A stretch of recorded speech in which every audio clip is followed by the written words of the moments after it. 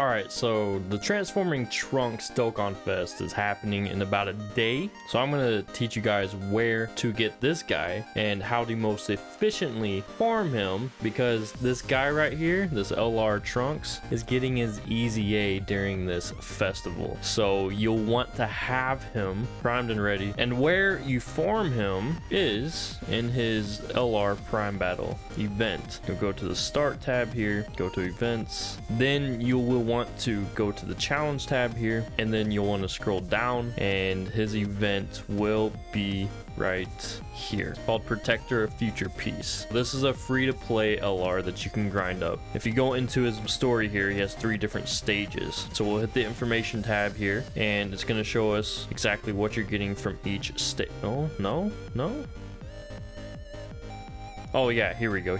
So in stage 1, Hope Returns, you have a drop reward, or a chance at a drop reward for this specific unit. So this unit has a chance to drop in stage 1. Then in stage 2, you farm up the medals in order to Dokkan Awaken this Trunks right here into his TUR form. And then stage 3, you farm up the medals to Dokkan Awaken this TUR Trunks into the LR Trunks that you saw at the beginning of the video. Pretty simple. You will need 15 medals from stage 2 in order to Dokkan Awaken this guy into his TUR. Then you will need 777 medals from stage 3 in order to Dokkan Awaken him from his TUR form to the LR rarity. Now that seems a little overwhelming, I know, but if you scroll down here, it says build your team with characters from the 2 specified categories. So the more characters from the Future Saga and Androids categories on your team, the higher your chance of getting bonus rewards in this event. If you use any characters under those categories, you will be able to farm this event more efficiently because you're going to receive bonus rewards at the end of each stage. And for example, let's say you farm this stage and you're going to receive 1 copy for completing that stage. If you have Future Saga or Androids category characters on your team, you will have a chance to get maybe 1 or 2 extra copies within that one run. Same goes for the medals. If you were to get 1 or 2 medals at the end of that stage, instead of getting 1 or 2, you'd get maybe 5 or 7. It's all RNG based. It's not a specified amount that you will get, but it increases your chances of getting more at the end of your stage that you're farming. And the specific number of units you will need is 14 copies total of this Trunks in order to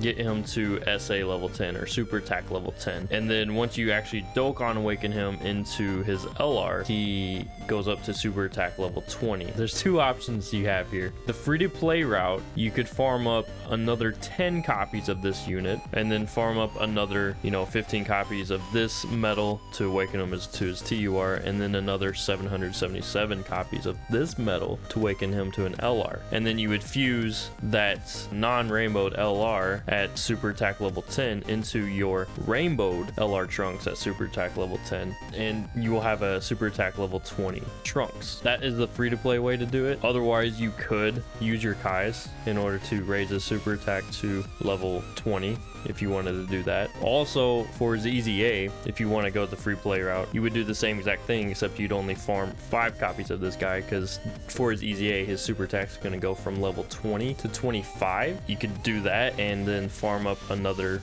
15 medals here, and then another 777 medals there. If you're willing to do that grind, that's a total of like what, 2100 medals plus. That's a lot, but you will save yourself from using Kais you could use for other units that don't have free-to-play options of grinding up their super attack levels. And I will always stress that in my videos, because I am an advocate for saving your resources for when you need them most. Whenever there's a free-to-play unit, it will always be my advice, you should always go the free-to-play route, no matter how inconvenient it may seem and how grindy it is. Free-to-play route's going to help you manage your resources better, because Kais are very difficult to come by. They really are. So this is going to be your best bet at actually being an efficient Dokkan player. Oh, also I will have a video in the description below. I made a video quite a while ago on what units you will need in order to access his Extreme Z area so that you can get the medals for his Extreme Z Awakening. So I will put that down in the description below so that you have that as a resource. Other than that, let's go ahead and take a look at the details behind this guy.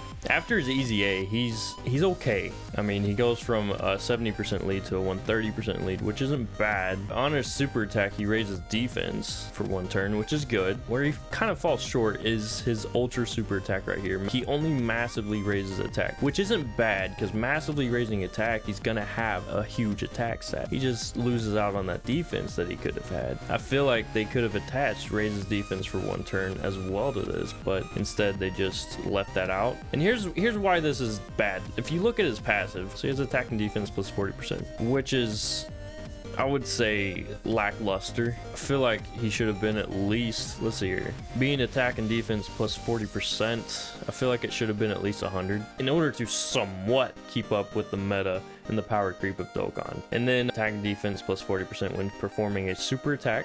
Okay, so he's up to 80% when he's performing a super attack. And then key plus 3 when facing only 1 enemy. Key plus 8 plus an additional attack and defense plus 40% when facing 2 or more enemies. We'll get back to this in a minute. Plus an additional key plus 3 and attack and defense plus 40% for the rest of battle at the end of turn in which a final blow was delivered. That last part, he has to deliver a final blow in order to get that activated. Now going back, this part right here, key plus 8 plus an additional attack and defense plus 40% when facing 2 or more enemies. When you're in that situation with Super Battle Road, he's hardly ever going to do his 12 key, which means he's not going to have a whole lot of defense. Because at this point, he's only attack and defense plus 80% total with his starting passive. Because this one doesn't get activated. Oh, okay, 120%, my bad. Because he's performing a super attack, so he's at 120%. But this one doesn't get activated when he's facing 2 more enemies.